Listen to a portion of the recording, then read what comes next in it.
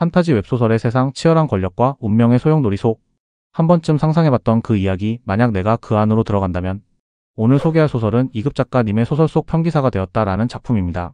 총 203화 분량의 저는 100화까지 읽었습니다.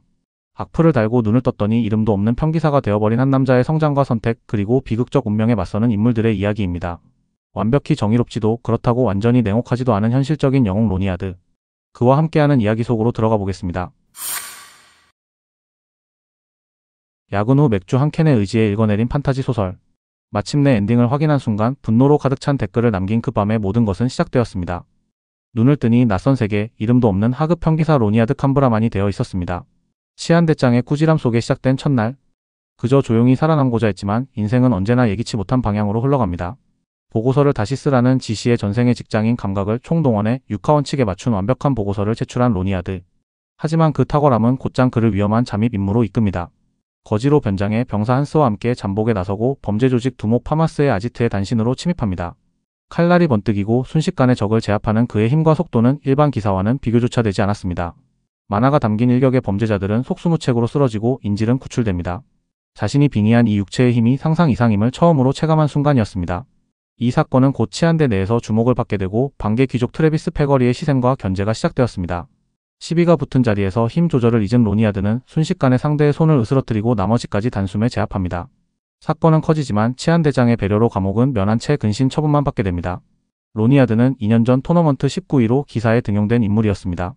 파벌의 탄원과 반목 속 그는 오히려 공작성으로 전출을 명받아 새로운 시작을 맞습니다. 공작성은 귀족들이 꺼리는 곳. 홀로 순찰을 돌다 조용한 정원에서 시녀와의 작은 해프닝을 겪으며 인간적인 연결고리를 만들어갑니다. 그러나 곧 새로운 사건의 조짐이 나타납니다. 병사들과 기사가 어린 시녀를 희롱하고 폭행하는 장면을 목격한 로니아드는 망설임 없는 분노와 함께 검을 뽑아들었습니다. 만화가 깃든 목소리의 공간이 정적에 잠기고 일격에 두 병사가 쓰러지며 중급 기사마저 폭부를 관통당합니다. 시녀는 구출되고 로니아드는 자신의 과격한 분노와 살육 본능에 혼란을 느낍니다. 이후 아무런 처벌도 받지 않은 그는 오히려 병사들과 기사들로부터 두려움과 경계의 시선을 받게 됩니다. 그 과정에서 로니아드가 공작가의 사생아라는 소문까지 돌기 시작합니다. 본의 아니게 정치적 소용돌이에 휘말린 그는 다시 정원에서 시녀를 만나 그녀가 곧 저택에서 일하게 될 것임을 알게 됩니다. 그녀와의 인연이 조금씩 깊어지는 가운데 한밤중 우연히 발목을 다친 기부인을 공주님 안기로 안아 후문까지 데려다줍니다. 로니아드가 처음 본 기부인의 정체는 공작 부인 이노였고 그녀는 로니아드의 부드럽고 예의 바른 태도에 깊은 인상을 받습니다. 로니아드는 공작가 저택에서 근무하게 되며 밝고 명예로운 환경에 감탄합니다. 기사들과 병사들의 품위와 훈련 수준이 높고 고위 귀족의 저택에서 근무하는 기사로서 명예를 누립니다. 저택의 연무장에서 검수를 연마하는 로니아드는 다른 기사 이스와 친분을 쌓으며 자신의 공작가 사생아 루머를 해명하려 노력합니다. 그러나 공작 부인 이노와 시녀가 연무장에 나타나면서 로니아드의 평판은 점점 더 미묘하게 변합니다. 기사들 사이에서는 그에게 신고식 같은 관습을 적용하지 못할 정도로 그의 신분과 공작 부인과의 관계가 주목받게 됩니다. 로니아드는 저택에서 동료 기사 이스와 순찰을 돌던 중 사냥터 인근에서 짐승의 굴을 발견해 마법사에게 보고합니다. 그러나 기사와 마법사의 파벌 싸움으로 인해 문제 해결은 지연되고 저택의 구조적 갈등이 드러납니다. 이스는 로니아드에게 공작가 내의 두 파벌, 즉 공작 부인과 공작의 대립을 설명합니다. 원작에서 곧 벌어질 비극적 사건 공작 부인의 죽음을 떠올린 로니아드는 자신이 아는 미래가 머지 않았음을 실감합니다. 로니아드는 이 세계로 오면서 비극적인 히로인들을 구하라는 정체불명의 목소리를 들었던 기억을 떠올립니다. 그리고 운명처럼 원작의 첫 번째 메인 히로인 랜슬렛 공작가의 외동딸이자 후계자 아리아의 비극적 운명을 막기 위한 시간이 시작됩니다. 우연히 순찰 중 몰래 저택을 빠져나온 아리아를 발견한 로니아드. 호기심과 반항심으로 금지된 서문 근처를 찾던 어린 소녀는 고블린 무리에게 습격당합니다. 죽음이 코앞까지 닥친 그 순간 로니아드는 그림자처럼 등장합니다. 칼날은 무자비하게 내리꽂히고 만화가 깃든 일격의 고블린들이 순식간에 쓰러집니다. 피와 혼돈 속 아리아는 그의 품에서 구원을 받습니다. 로니아드는 조심스럽게 그녀의 상처를 치료하고 다정하게 위로와 칭찬을 건넵니다. 이 작은 사건은 아리아의 마음 깊숙이 로니아드라는 존재를 새겨넣습니다. 그러나 고블린 사건으로 저택은 일대 혼란에 빠집니다.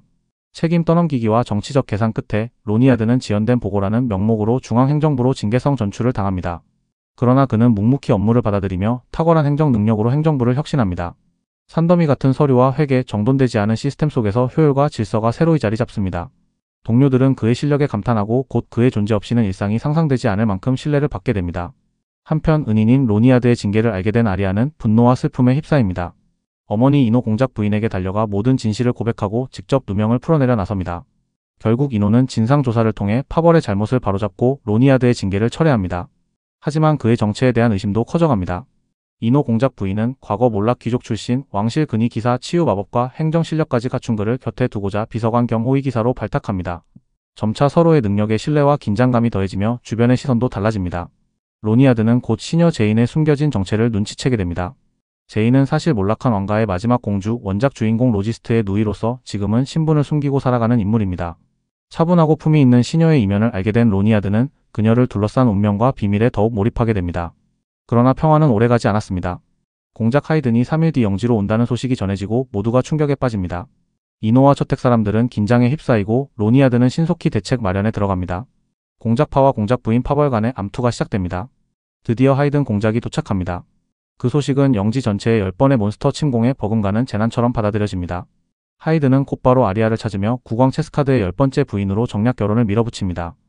자신의 딸의 의사와 나이를 무시하고 왕실 직할령이라는 보상에 눈이 먼 아버지. 이노와 저택 식구들은 분노하지만 국왕의 의지가 담긴 결정 앞에 모두 무기력해집니다. 치열해지는 권력의 소용돌이와 히로인들, 그리고 로니아드의 선택. 이름 없는 평기사에서 시작된 한 남자의 여정은 랜슬렛 공작가의 권력 다툼과 히로인들의 운명에 점점 다가갑니다. 감사합니다.